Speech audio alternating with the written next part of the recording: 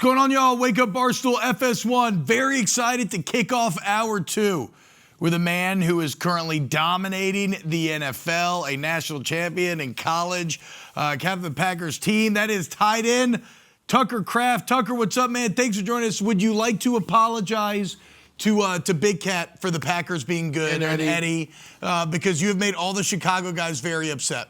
I am 100% unapologetic about that. Wow, Tucker. What the I like you. That's what makes it really, really frustrating. I actually said on Sunday, on Monday's Pardon My Take, Tucker Kraft is the best tight end in the NFL. I tried to say it in a kind of a whispering tone so that enough people wouldn't hear me say it, even though I said it on the podcast. But what is it like right this year specifically? Do you feel different? Is there something that's happening differently that is making this kind of breakout explosion where you always were a good player, but it does feel like the world is knowing Tucker Kraft a lot more this year?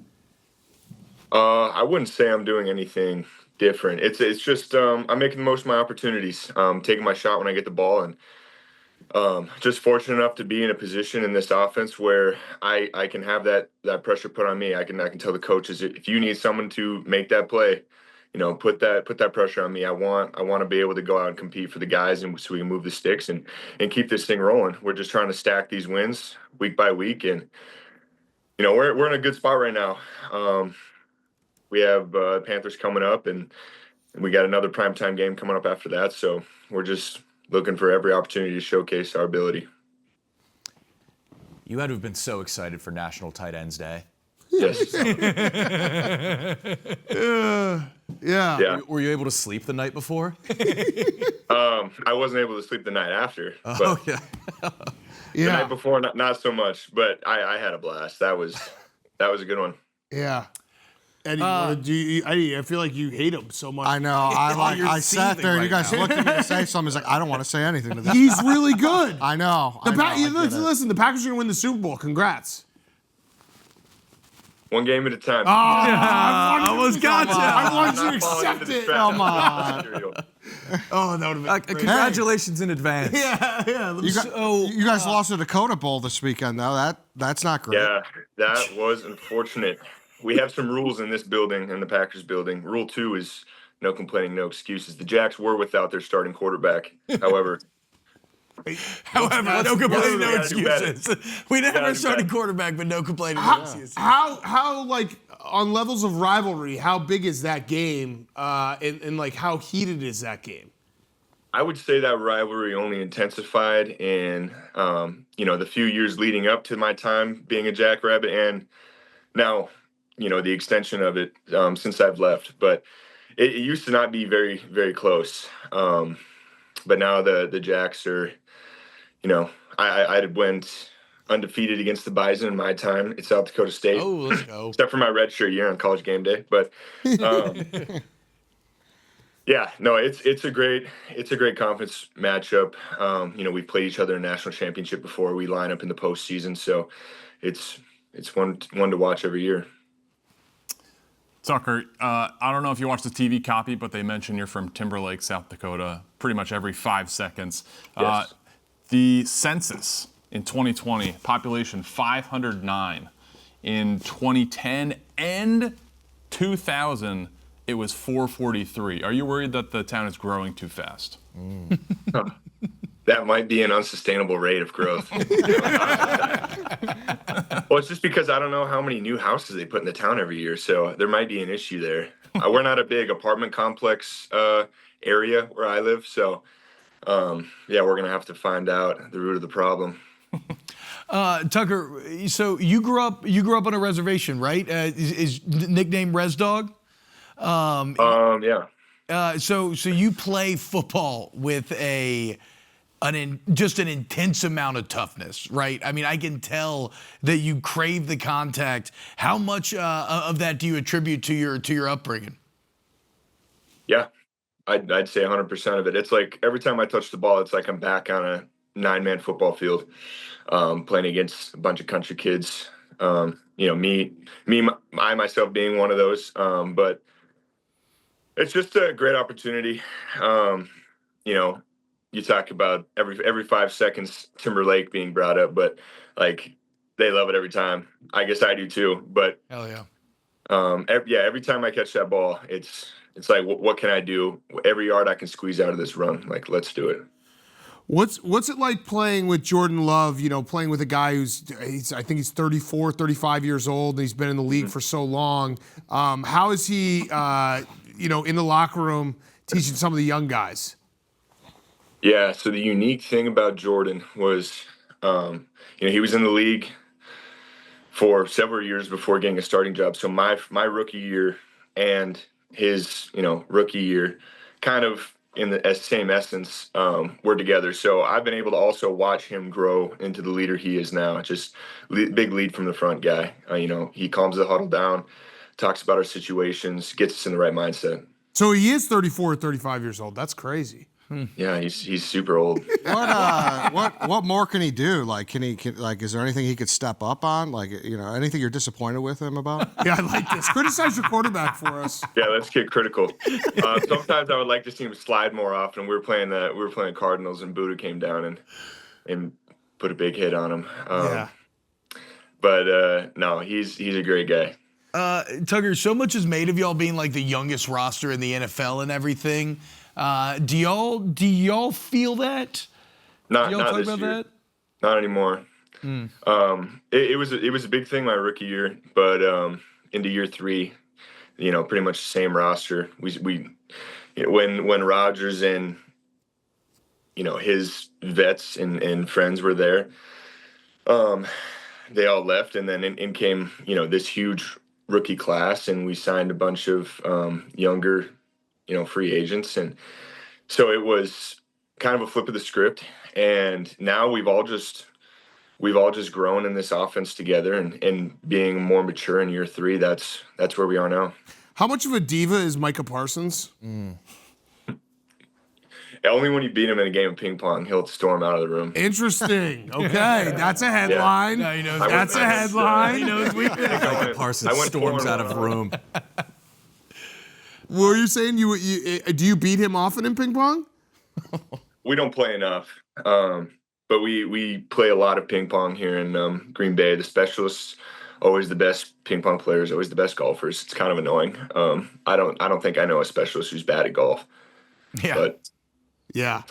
we have some fun here. This is a great atmosphere. Guys come from other teams, and I'm spoiled because this is the only organization I've known. But they come from other teams, and they tell us that we got it different here. So we're just trying to keep up that culture, that standard every day. Tucker, what's your favorite feeling on a football field? Like something that happens, feeling you get. What's your favorite one? I'd say that rush you get like right after you break a big one. And then immediately following that, my hamstrings and glutes like just start fatiguing. I get like shaky. It's like that, just that adrenaline rush you get like right after a big play. That's my favorite part of the game. That chase. This is a really dumb question, Tucker. When you played on Sunday night against the Steelers and they were wearing their throwback uniforms, did you get confused at all? Because they were kind of wearing the Packers helmets. No, I did not get confused. Okay.